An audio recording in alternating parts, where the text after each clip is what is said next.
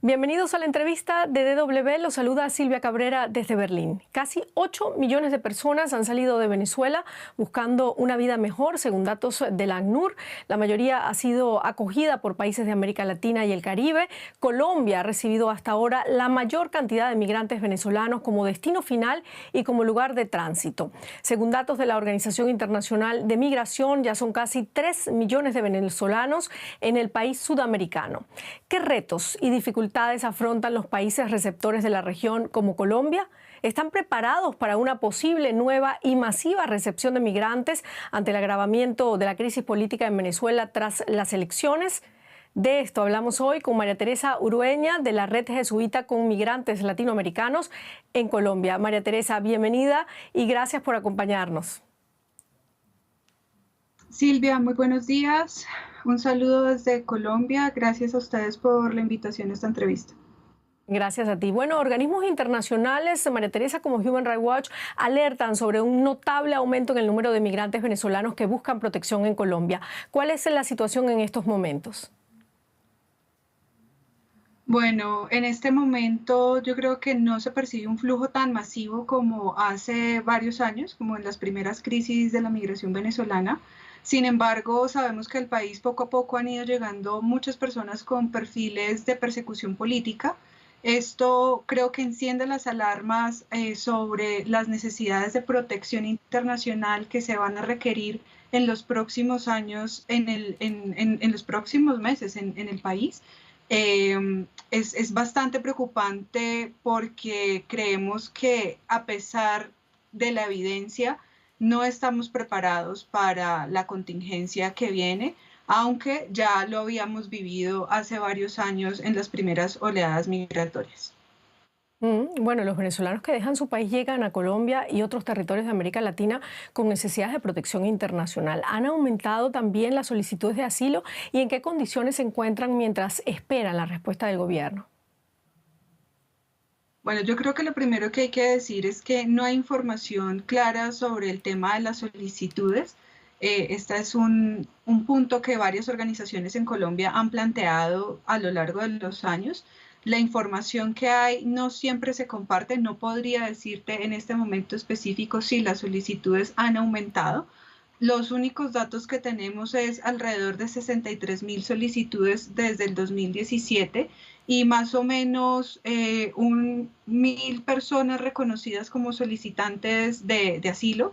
Esto nos genera preocupación porque pues, es evidente que la cantidad de personas que han salido de Venezuela en Colombia desde el 2015 en adelante son personas que hubiesen sido reconocidas o que era necesario que hubiesen sido reconocidas como personas con necesidad de protección internacional.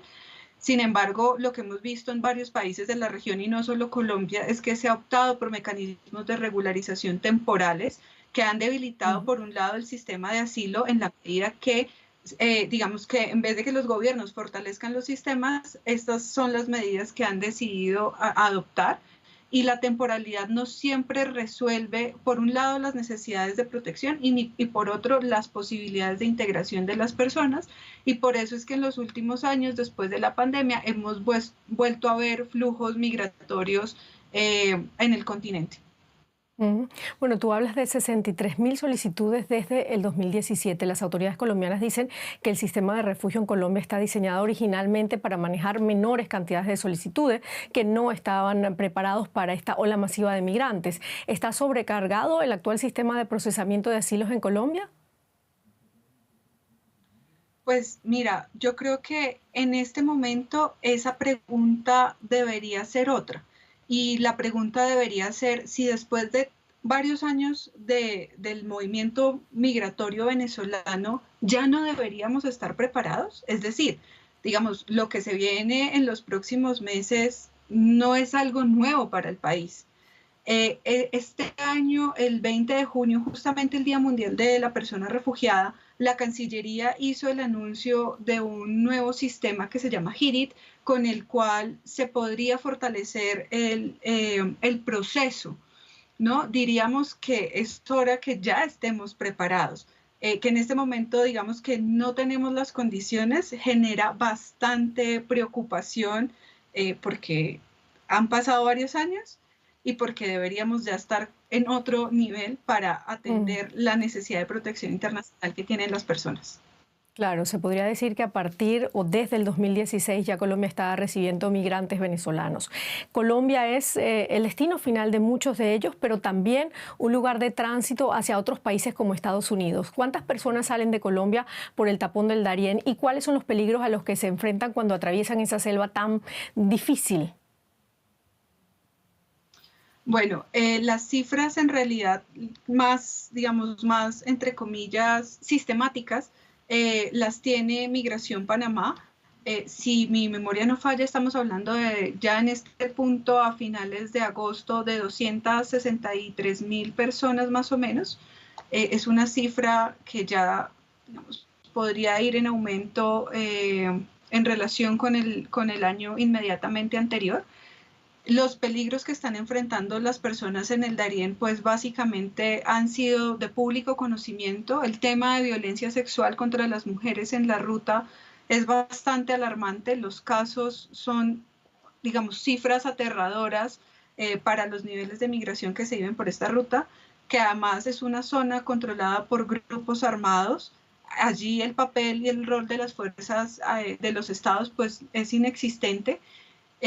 También los temas de desaparición forzada y las muertes durante el tránsito, yo creo que no lo podemos desconocer, a lo que se suman otras formas de violencia, robos, agresiones, violencia física. Pero yo quisiera resaltar que esta ruta las personas la toman muchas veces en condiciones de desespero.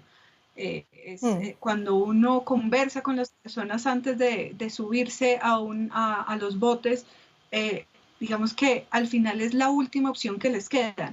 Y esto lo pongo sobre la mesa porque muchos de nuestros países están hablando de la ampliación de vías regulares de migración, pero versus a este discurso encontramos la imposición de visados para muchas nacionalidades o la imposibilidad de cumplir requisitos migratorios en muchos de los países, la necesidad de que, por ejemplo, la población venezolana cuente con un pasaporte.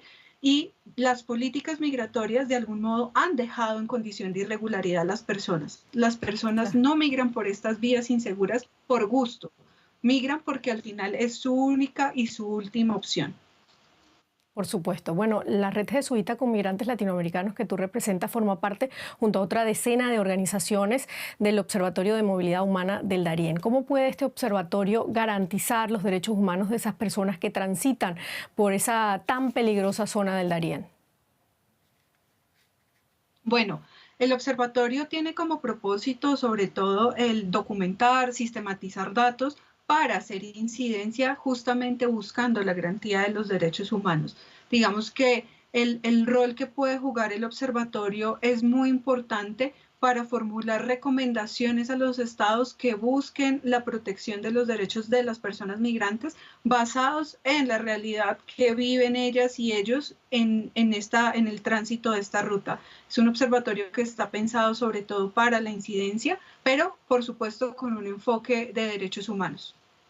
María Teresa, pero ¿existe un compromiso real de los estados latinoamericanos para garantizar los derechos y la protección de los que transitan esa selva entre Panamá y Colombia? ¿Hay un trabajo conjunto entre los distintos países de la región o la migración venezolana está generando o profundizando fricciones y rivalidades políticas en América Latina?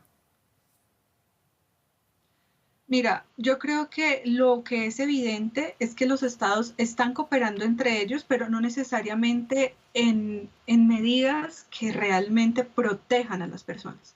Digamos que en el discurso público tenemos acuerdos, incluso el último es el acuerdo tripartito entre Colombia, Panamá, Estados Unidos, donde hay ciertas expresiones que dan cuenta o dicen vamos a proteger a las personas, vamos a respetar sus derechos, pero entre el discurso y la práctica hay una brecha enorme. Y por el otro lado, las prácticas que sí vemos no necesariamente son protectoras. Por ejemplo, vemos el acuerdo de Estados Unidos y Panamá para realizar deportaciones a países como Colombia, a países como Ecuador, China o India. Y esto, pues digamos, nos genera preocupación porque no sabemos si se están realizando bajo estándares que realmente protejan a las personas, que garanticen el principio, por ejemplo, de no devolución, que se les garantice a las personas el acceso a la posibilidad de solicitar protección internacional, aunque sabemos lo debilitados que están los sistemas de asilo en todo el continente.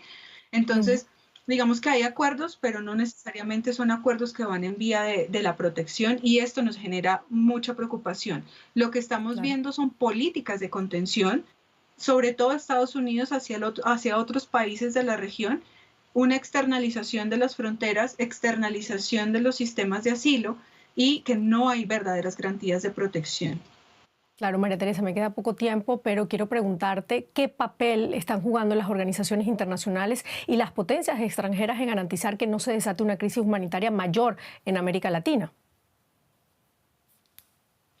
Pues mira, yo creo que el primer llamado que hacemos desde la red es a insistir en el diálogo. Nosotros creemos que en la situación política actual, cualquier aspecto que apunte hacia una salida negociada, hacia una salida de diálogo, es una solución importante, porque nuestra región, digamos que a diferencia de otras, se ha caracterizado por otra forma de entender la política en la región.